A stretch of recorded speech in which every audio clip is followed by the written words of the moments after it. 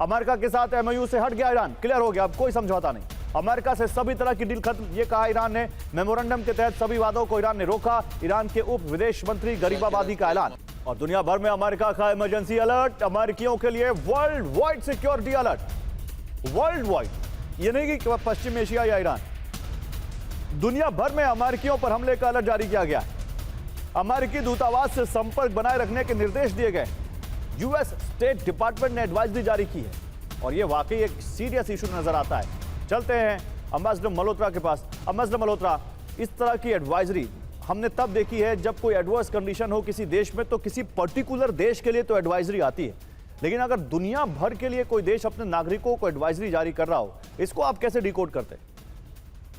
नमस्कार गौरव, एंड को पैनलिस्ट को भी नमस्कार। गौरव, देखिए, जैसे हम बात करते आ रहे हैं कि ईरान के पास आप लिवरेजेस क्या हैं।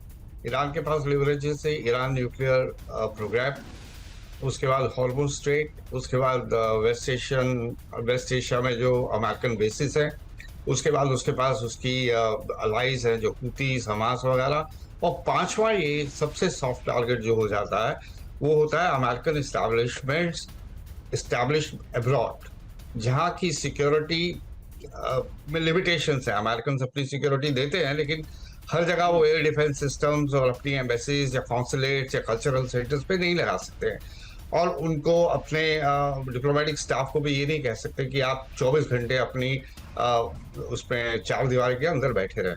तो ये सॉफ्टेस्ट टारगेट्स में से एक टारगेट आ जाता है, और जब बातें बिगड़ने लगती हैं तो फिर अटैक्स होने शुरू हो जाते हैं। आपने देखा होगा एक बार इजरायली डिप्लोमेट पे भी न्यू दिल्ली में कि उसके पास अटैक हुआ था। कई बार हो चुका है, बहुत जगह हो चुका है, और ये जरूरी नहीं कि स्टेट टू स्टेट हो। टेरर ऑर्गेनाइजेशन भी ये करती हैं। खुद हमारे एक काउंसिल जनरल थे जो बर्मिंघम में थे, उन्हें एक टाइम में सिख टेररिस्ट ने किडनैप करके फिर बाद में असैसिनेट किया था। तो ये सॉफ्ट टारगेट्स में आ जाता है। हाँ, इस तरह के एडवाइजरीज का मतलब ये है कि अमेरिका में ये सेंस किया जा रहा है कि जो पिछले 10 दिन से खास तौर से जो उन्होंने स्कोप और इंटेंसिटी को बढ़ाया ईरान के खिलाफ, और अगर ईरान की बात सच है तो जो उन्होंने उनके डिसैलिनेशन पॉइंट प्लांट के ऊपर हमला किया है या सिविलियंस के ऊपर हमला किया है, तो जाहिर है ईरान जो है उसका खुल के जवाब देगा। पहले भी दे रहा है ईरान के लिए सर्वाइवल के लिए। आप जो कह रहे हैं उसका मतलब अमेरिका को डर है कि जो थर्ड वर्ल्ड कंट्रीज है या वो कंट्रीज जो अरब में नहीं है, वहां भी अब अमेरिका के लोगों को खतरा हो सकता है ईरान से।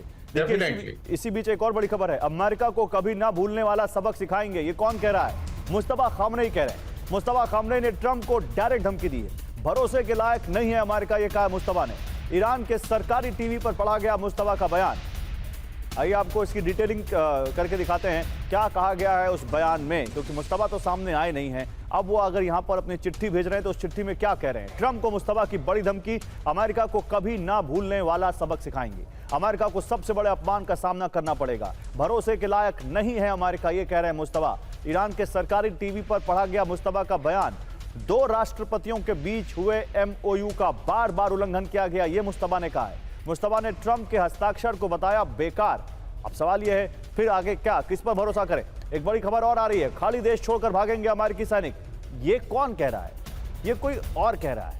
ये एक सेकंड भी नहीं रुकना चाहेगी यूएस सेंट्रल कमांड, ये कहा है ईरानी नेशनल सिक्योरिटी कमेटी के चेयरमैन अजीजी ने।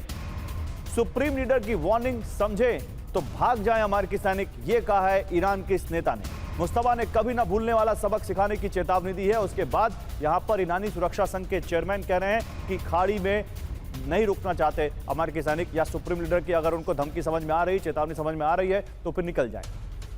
अब ईरान में ट्रंप की फैमिली का चरम पर विरोध हो रहा है। ट्रंप और उनके परिवार को ताबूत में दिखाया गया है। तेहरान में बड़े बिलबोर्ड में दिखाए हैं ताबूत। ईरान में खून के बदले खून के नारे लगे।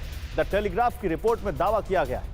ये देखिए, ये ईरान में सड़कों के किनारे इमारतों पर बिलबोर्ड्स लगाए गए हैं जिसमें Donald Trump, Melania Trump, Ivanka Trump, Donald Trump junior, Eric Trump, Tiffany Warren, इन सब के पोस्टर्स लगाए गए हैं और इन सबको ताबूत में दिखाया गया है। यानी न केवल ट्रंप बल्कि उनकी फैमिली भी अब टारगेट पर आ गई। जनरल माथुर, हाँ, बिल्कुल बिल्कुल। देखिए गौरव, देखिए क्या है कि ये उस इस प्रकार की आप इसको उस परिप्रेक्ष्य में भी समझने की कोशिश करें कि क्या 28 फरवरी को हुआ था। 28 फरवरी को खामनेई, उनका पूरा परिवार, उनकी पूरी पॉलिटिकल लीडरशिप, सब चीजों को उन्होंने कहीं ना कहीं एक झटके में खत्म कर दिया था।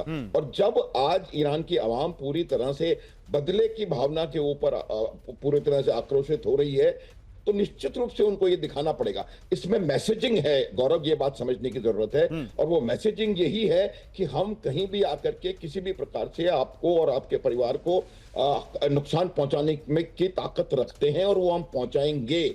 और इसी वजह से अमेरिका का ये जो एडवाइजरी निकल करके आ रही है, इसके बारे में हम बात कर रहे थे, उसको भी मेरे को लगता है यही वजह है। क्योंकि एक बात और अमेरिका को पता पड़ रही है कि ईरान शायद अब इस परिस्थिति में नहीं है कि वो मिलिटरीली उनके well guarded, well defended military जो टारगेट्स हैं उनके ऊपर हमला करके उनको नुकसान पहुंचा सके। इस वजह से उनको ये लग रहा है, ये शक लग रहा है कि वो अब ऐसे टारगेट्स के ऊपर हमले करेंगे जहां पर डिफेंसिबिलिटी कम है। तो मुझे यही इसका मैसेजिंग भी है, और यही ये बताना की कोशिश कर रहे हैं कि हम कहीं भी आकर के किसी भी प्रकार से का हमला करने में की तैयारी में है। एक और चीज मैं बताऊंगा गौरव, और वो चीज ये है कि इनके पास और कोई लीवरेज नहीं है सिवाय इसके कि वो किसी भी तरीके से अमेरिका की लीडरशिप को भी हमले में, खतरे में डाल करके उनके ऊपर दबाव बनाने का प्रयास करें, उनके अंदर डर पैदा करें कि ये ईरान हमारे फैमिली के साथ भी कर सकता है या हमारे लोगों के साथ कर सकता है। बड़ी बात कह रहे हैं आप सर।